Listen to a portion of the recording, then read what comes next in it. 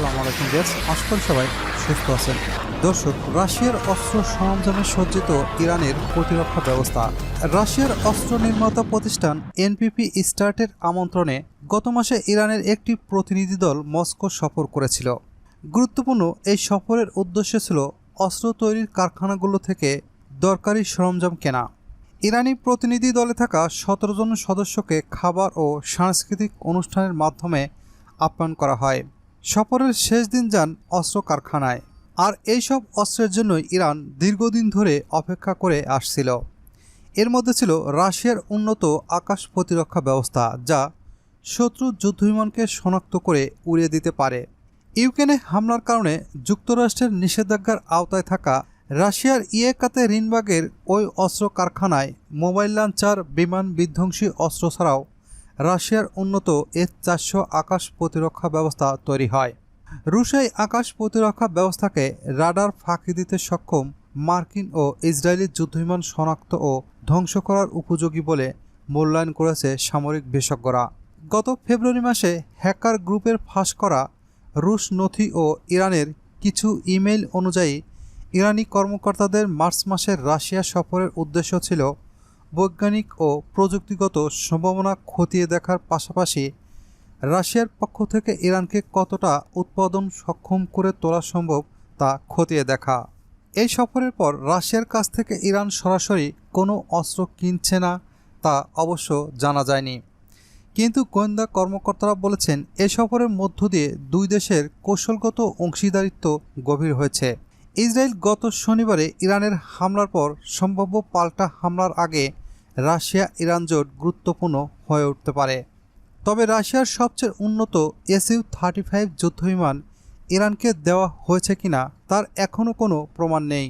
ইউক্রেনের বিরুদ্ধে যুদ্ধে মস্কোকে সহায়তা করার জন্য ইরান 2022 সালে হাজারো ড্রোন এবং ক্ষেপণাস্ত্র সরবরাহ করতে সক্ষম হয়ে রাশিয়ার সঙ্গে তার সম্পর্কের একটি বিপজ্জনক নতুন অধ্যায় খুলেছে।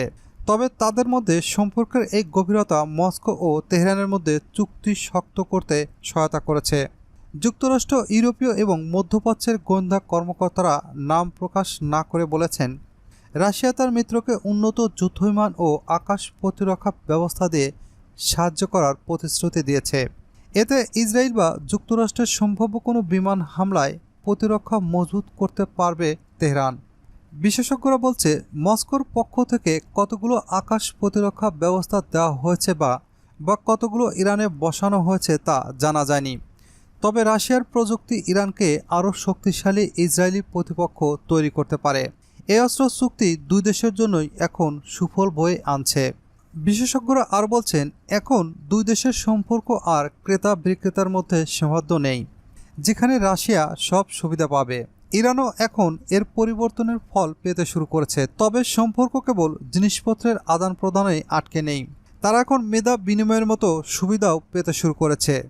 গোয়েন্দা কর্মকর্তারা আরও বলেছেন, রাশিয়া এখন তাদের গোপন চুক্তিতে উন্নত যুদ্ধবিমান সরবরাহের পর্যায়ে উন্নতি করেছে। এছাড়া গোয়েন্দা সক্ষমতার কৃত্রিম উপগ্রহ পাঠাতে ইরানকে কারিগরি সহায়তা দেওয়ার প্রতিশ্রুতিও দিয়েছে। তবে রাশিয়ার সবচেয়ে উন্নত Su-35 যুদ্ধবিমান ইরানকে দেওয়া হয়েছে কিনা তার এখনও কোনো প্রমাণ নেই। অন্যদিকে ইরানের চাওয়া তাদের পারমাণবিক স্থাপনাগুলোর সুরক্ষায় রাশিয়ার বিধ্বংসী ক্ষেপণাস্ত্র। 2007 সালে তেহরান রাশিয়ার S-300 কেনার চুক্তি করেছিল, কিন্তু যুক্তরাষ্ট্র ও ইউরোপের দেশগুলোর চাপে তা দিতে পারেনি। কিন্তু 2016 সাল থেকে সেই বাধা দূর করতে গেলে ইরান 2019 সাল থেকে S-300 ব্যবহার শুরু করে।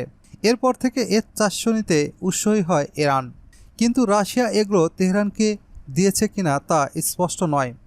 তবে গোয়েন্দা কর্মকর্তারা মনে করেন, সরাসরি S-400 না দিলেও এর নকশা বা প্রযুক্তি ইরানের কাছে হস্তান্তর করা হতে পারে।